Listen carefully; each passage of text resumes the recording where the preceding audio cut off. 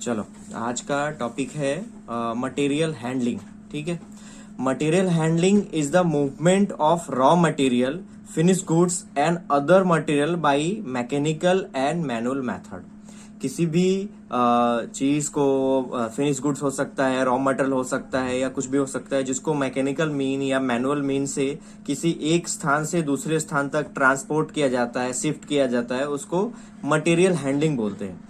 इसके दो तरीके हो सकते हैं, पहला तो मैनुअल हैंडलिंग है और दूसरा मैकेनिकल मटेरियल हैंडलिंग है। तो first of all we will see what is manual handling. Manual handling क्या होता है? मैनुअल हैंडलिंग मीन्स ट्रांसपोर्टिंग और सपोर्टिंग लोड और मटेरियल बाय मैनुअली और physical force from one place to another place. किसी भी वस्तु चीज को एक जगह से दूसरी जगह पे शिफ्ट करना, पुश करना, पुल करना, कैरी करना, इसको हम लोग मैनुअल मटेरियल हैंडलिंग करते हैं, जिसके अंदर हमारा मैनुअल फोर्स लगता है, मैकेनिकल फोर्स नहीं लगता है। Here with an example like pushing of any load, pulling, carrying, moving. Hazards of manual handling. अभी मैनुअल हैंडलिंग के हजार्ड्स क्या क्या होते हैं? इसका हजार्ड बहुत ज्यादा खतरनाक होता है। कैसा होता है? ये हिडन होता है। First of all there is a musculoskeleton disorder. सुना है कभी इसके नाम के बारे में? मस्कुलोस्केलेटन डिसऑर्डर क्या होता है? जब कभी हम लोग रेगुलर किसी ऑकवर्ड पोस्चर में जॉब करते हैं, ठीक है, अभी हम किसी चीज को, हमारा कुछ पेन गिर जाता है, कुछ गिर जाता है नीचे, हम लोग नॉर्मली उठाते हैं, तो दिन भर में हम लोग कितनी दफा झुकते होंगे? एक दफा, दो, चार, छह। लेकिन जो वर्कर है, अभी फिनिश गुड्स जो लोड लिफ्ट करता है, उठाता है, रखता है, तो दिन में 500 दफा भी झुकता होगा। ठीक है। तो उसके ऊपर डिपेंड करता है। तो उसमें क्या होता है, हमारे जो स्केलेटन्स होते हैं, मस्कुलोस्केलेटन मतलब अपना मसल्स विथ स्केलेटन। स्केलेटन में मतलब हमारी हड्डियां भी आ गई और मसल्स भी आ गए। ठीक है। उसके अंदर डिसऑर्डर्स होते हैं और इसके अंदर क्रोनिक डिजीजेस, क्रोनिक पेन्स होते हैं। ठीक है। दूसरा, ऐसा नहीं कि सिर्फ मस्कुलोस्केलेटन हमारा इसके अंदर ही होता है, हम लोग वर्क प्लेस पे होता है। अभी देखोगे कुछ लोग ऐसे होंगे पीसी पे जॉब करने वाले, ठीक है, जिसमें कि उनका जो हाथ है 90 डिग्री एरिया में कवर नहीं होता है। जो अपना एल्बो है वो 90 डिग्री एरिया में रहना चाहिए, ऐसा। ठीक है। तो वैसे कंडीशन में अगर नहीं रहता है तो उसको भी मस्कुलोस्केलेटन डिसऑर्डर होता है। कभी कभी हम हाथ अगर ऊपर रखते हैं, जनरली जो हम लोग नहीं करते हैं और वो हम मूवमेंट करते हैं, तो that is called MSD. Awkward posture में रहते हैं, उसके और हजार्ड्स क्या है? अगर हमारा एरिया क्लीन नहीं है तो स्लिप ट्रिप फॉल हो सकता है। अनसेफ ग्रिपिंग, अगर अच्छे से लोड पकड़ा नहीं है वो गिर सकता है। हैंड इंजरी होने के चांसेस है। अगर शार्प एजेस है, उसके कुछ ऐसे लोड्स रहते हैं जिसमें कि एजेस शार्प रहते हैं, उसमें हाथ वाथ कटने का खतरा होता है।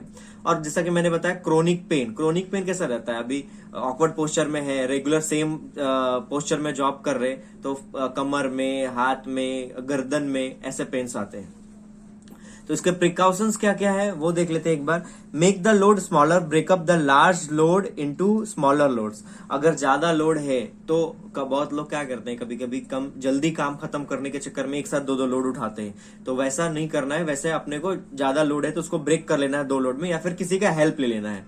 Use required PP two perform the work. जो भी रिक्वायर्ड पीपी, लाइक अपना ग्लव्स है, कभी स्लीव्स यूज करना होता है, हेलमेट है, शूज है, ये सब यूज करके हमें मैनुअल हैंडलिंग करना है।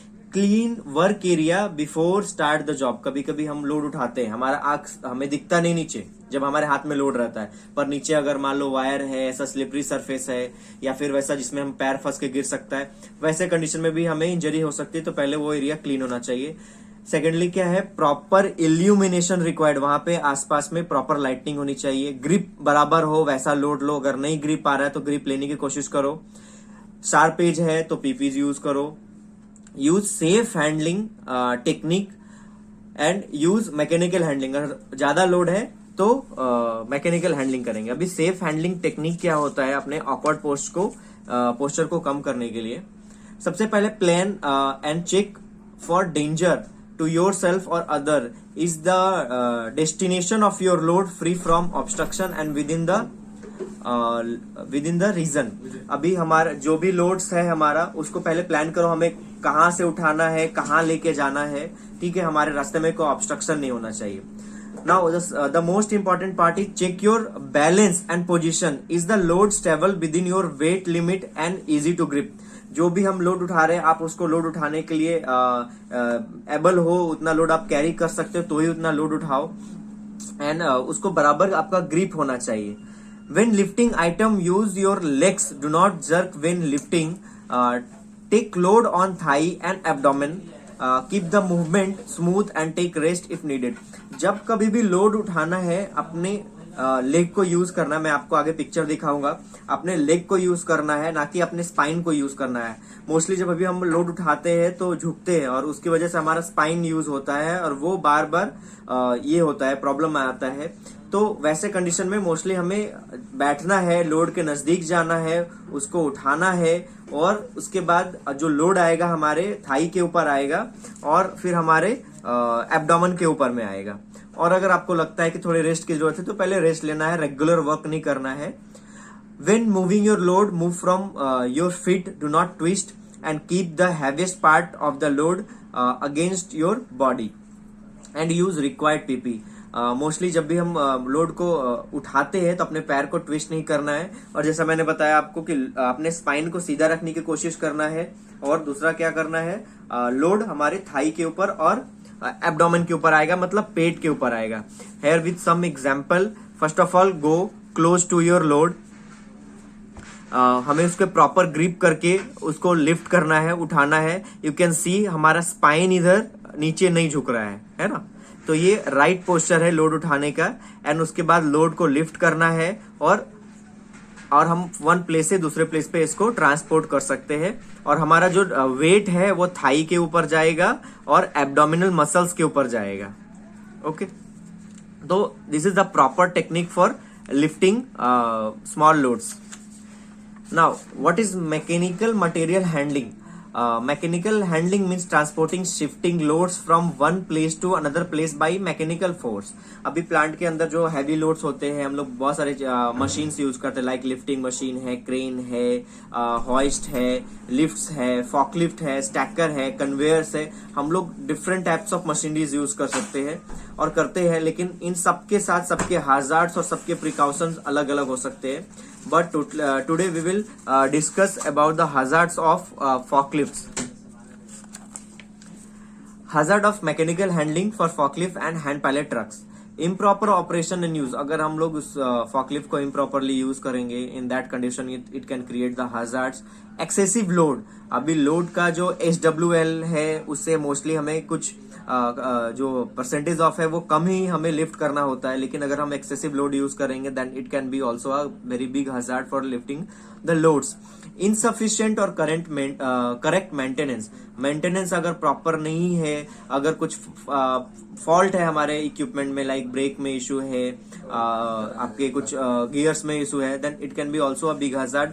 पेडेस्ट्रियन ऑन लोडिंग वे के ऊपर अगर पेडेस्ट्रियंस है तो वो भी प्रॉब्लम क्रिएट कर सकते हैं, डिस्ट्रैक्ट कर सकते हैं फॉकलिफ्ट ऑपरेटर को.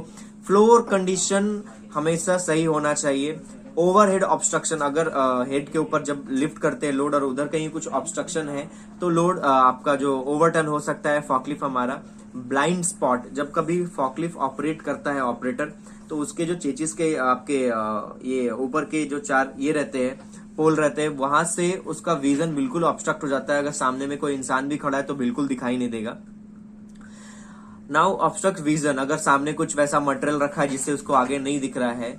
नाउ नॉइजी एरिया में इशू क्या रहता है, जब कभी भी वैसे कंडीशन में वहां पे हॉर्न ब्लो किया जाता है तो पेडिस्ट्रेंस होते हैं उनको सुनाई नहीं देता है. Untrained operator, lack of knowledge about the work area, उनको वर्क एरिया के बारे में नॉलेज नहीं होता कि कैसे कहाँ से टर्न लेना है, किधर मूवमेंट करना है.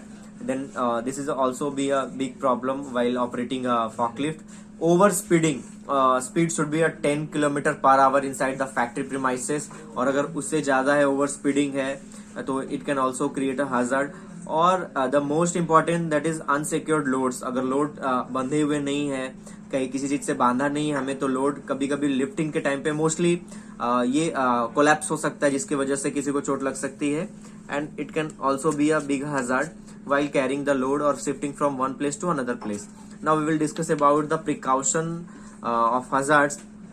A proper 10 operator should be there for operating a forklift. Limited load. We should always carry limited load for operating a forklift or using a forklift. Regular maintenance maintain the equipment, हमेशा उसके proper PM वगैरह maintain करना चाहिए, उसके breaks वगैरह जो mostly जो safety features दिए गए फॉकलिफ्ट के अंदर उसको बराबर मेंटेन रखना है। Train to pedestrians about the blind spot, mostly क्या होता है जब फॉकलिफ्ट के अंदर जो ब्लाइंड स्पॉट रहते हैं उसमें ऑपरेटर को अगर कोई इंसान भी खड़ा तो दिखाई नहीं देता है। इन दैट कंडीशन जो पेडेस्ट्रियन है जो उधर लोडिंग वे पे वर्क करते हैं उनको इनके बारे में नॉलेज होना चाहिए। ऑलवेज सिक्योर द लोड, हमेशा लोड को बांध के रखे, जब भी पैलेट के ऊपर फॉकलिफ्ट लोड लिफ्ट करता है तो वो बंधा हुआ होना चाहिए। Operator should be trained about the using ramp and dock and work area, जो भी हमारा वर्क एरिया है और डॉक है, अपना लोडिंग वे है, ऑपरेटर जो फॉकलिफ्ट ऑपरेटर है उसे प्रॉपर ट्रेंड होना चाहिए उसके बारे में। Speed should be under limit, whatever the speed we set inside the factory premises, operator should only drive और operate in that speed limit only. Separate pedestrian walkway, हमारा जो pedestrian walkway है और forklift के लिए जो हमने place decide किया है वो सेपरेट अगर होता है तो यहाँ पे एक्सीडेंट का रिस्क काफी मिनिमाइज हो सकते हैं। Check the floor condition, floor condition हमारा ये अनइवन सरफेस नहीं होना चाहिए, surface should always be even for operating the forklift. Do not overload that it could be not obstruct the vision, कभी कभी फॉकलिफ्ट ऑपरेटर्स ज्यादा लोड उठा लेते हैं जिसकी वजह से उनको आगे दिखाई नहीं देता है, then it can be also a big hazard while operating the forklift. Thank you.